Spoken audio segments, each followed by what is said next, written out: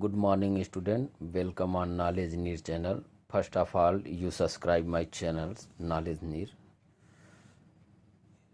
Students, here we will discuss about the unit 6. That unit 6 is present in your class 12th book, class 12th biology book. You have already learned 5 units in your school. That unit 6 are denoted to reproductions. That reproduction units contain 4 chapters. Chapter 1st, reproduction in organism. Chapter 2nd, sexual reproduction in flowering plant. Chapter 3rd, human reproduction. Chapter 4th, reproductive health.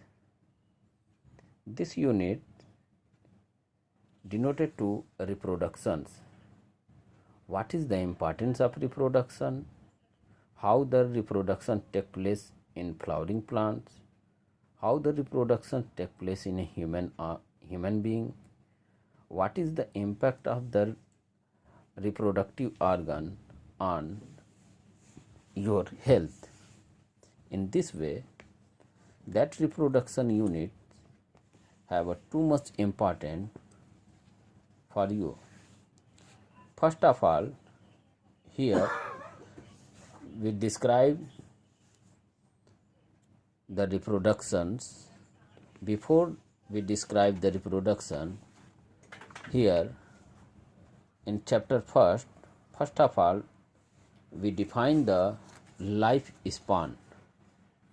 What is life span?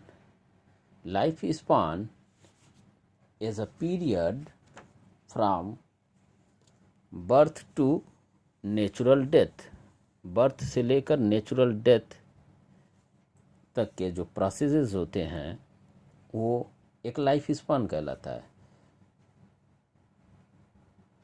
Life spans may be vary from organism to organisms. See the figures in your book. See the figure 1.1 in your NCERT book. Here, the life span may be vary from organism to organism that didn't correlated with their size. जैसा कि आप देख रहे हैं, आप NCERT book के figure 1.1 में आप देखेंगे कि जो लाइफ स्पान है वो सभी ऑर्गेनिजम्स के यानी सभी जीव जंतुओं के जो होते हैं, प्लांट्स और एनिमल्स के लाइफ स्पान जो होते हैं वो वैरी करते हैं. जैसे यहाँ पर फर्स्ट ऑफ ऑल आप देख रहे हैं एलिफेंट, उसके आगे खाली स्पेस दिया हुआ है. इसका लाइफ स्पान कितना होता है? तो इसका लाइफ स्पान जो होता है फ्रेंड, उसका लाइफ स्पान जो होता है वो 60 to 70 ईयर्स होते हैं. 60 to 70 ईयर्स. ठीक है. उसी तरीके से रोज़ का लाइफ स्पान कितना होता है? 7 to 8 ईयर्स. 7 to 8 years. ठीक है. यहाँ पर डॉग दिया हुआ है, देख सकते हैं. डॉग का लाइफ स्पान कितना होता है फ्रेंड? तो डॉग का लाइफ स्पान जो होता है 10 से लेकर 13 वर्ष तक. ठीक है. उसी तरीके से बटरफ्लाई का दिया गया. बटरफ्लाई का लाइफ स्पान कितना है? 1 to 2 वीक्स. क्रो का 15 ईयर्स.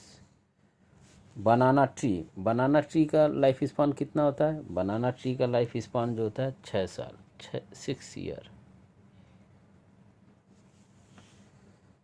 काऊ का लाइफ स्पान कितना होता है फ्रेंड?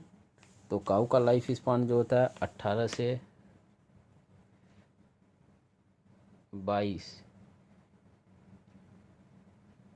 ईयर्स होते हैं. ठीक है. उसी तरीके से पैरेट का लाइफ स्पान देख रहे हैं. पैरेट का लाइफ स्पान कितना है? 140 वर्ष. ठीक है. क्रोकोडाइल का आप देख लीजिए, क्रोकोडाइल का कितना दिया गया है? क्रोकोडाइल का 60 ईयर्स.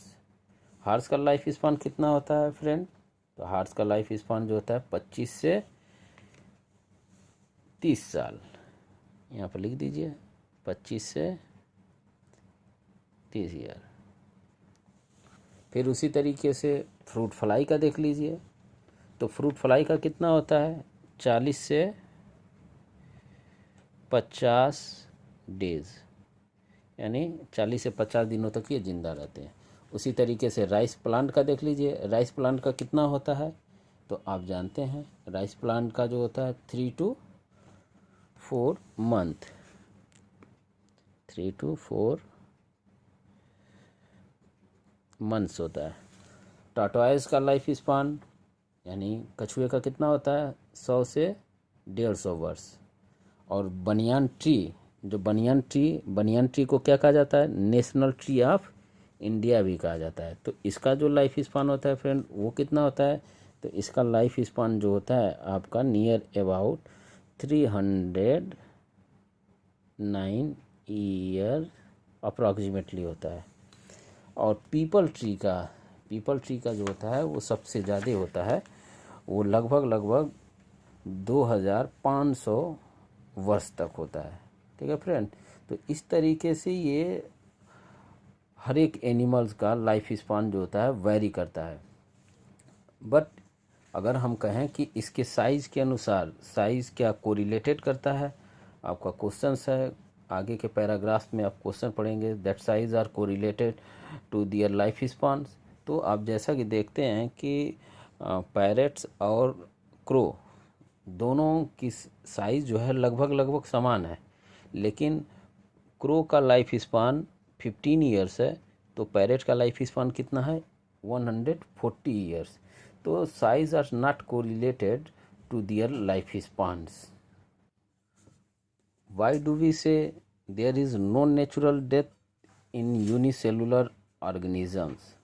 जैसा कि आप जानते हैं कि यूनिसेलुलर ऑर्गेनिज्म में के जो होते हैं यानी एककोषीय जीवों में नेचुरल डेथ नहीं होता है। क्यों, ऐसा क्यों? क्योंकि आप जानते हैं कि जो सिंगल सेल ऑर्गेनिजम्स होते हैं, जैसे एक सिंगल सेल ऑर्गेनिजम्स है, ये सिंगल सेल ऑर्गेनिजम्स जो होते हैं वो माइटोटिकली डिवाइड करके या बाय फिशन डिवाइड करके 2 ऑर्गेनिजम्स का निर्माण करते हैं। तो आप देख रहे हैं 2 ऑर्गेनिज्म का निर्माण कर रहे हैं, तो यहाँ सिंगल सेल जो होता है फिशन के द्वारा डिवाइड होकर 2 सेल्स बना रहे हैं। तो पेरेंट सेल्स जो होते हैं वही डिवाइड होकर डॉटर सेल्स का निर्माण करते हैं। इस तरीके से इस पेरेंट सेल की आइडेंटिटी इस डॉटर सेल्स में कन्वर्ट हो जाती है। इस तरीके से ये इमॉर्टल होते हैं, यानी अमर प्राणी होते हैं। केवल एक कोशिकीय जीव ही अमर प्राणी हो सकते हैं। और मल्टी सेलुलर ऑर्गेनिज्म जो कॉम्प्लेक्सिटी होती है मल्टी सेलुलर ऑर्गेनिज्म में, उसके कारण ही जो होते हैं मल्टी सेलुलर ऑर्गेनिज्म जो होते हैं वो मार्टर्स होते हैं। आई थिंक ये वीडियो आपको पसंद आएगा। ये वीडियो मैंने लाइफ स्पान के ऊपर बनाया है। नेक्स्ट वीडियो मैं रिप्रोडक्शंस पर बनाऊंगा। Thank you, have a nice day.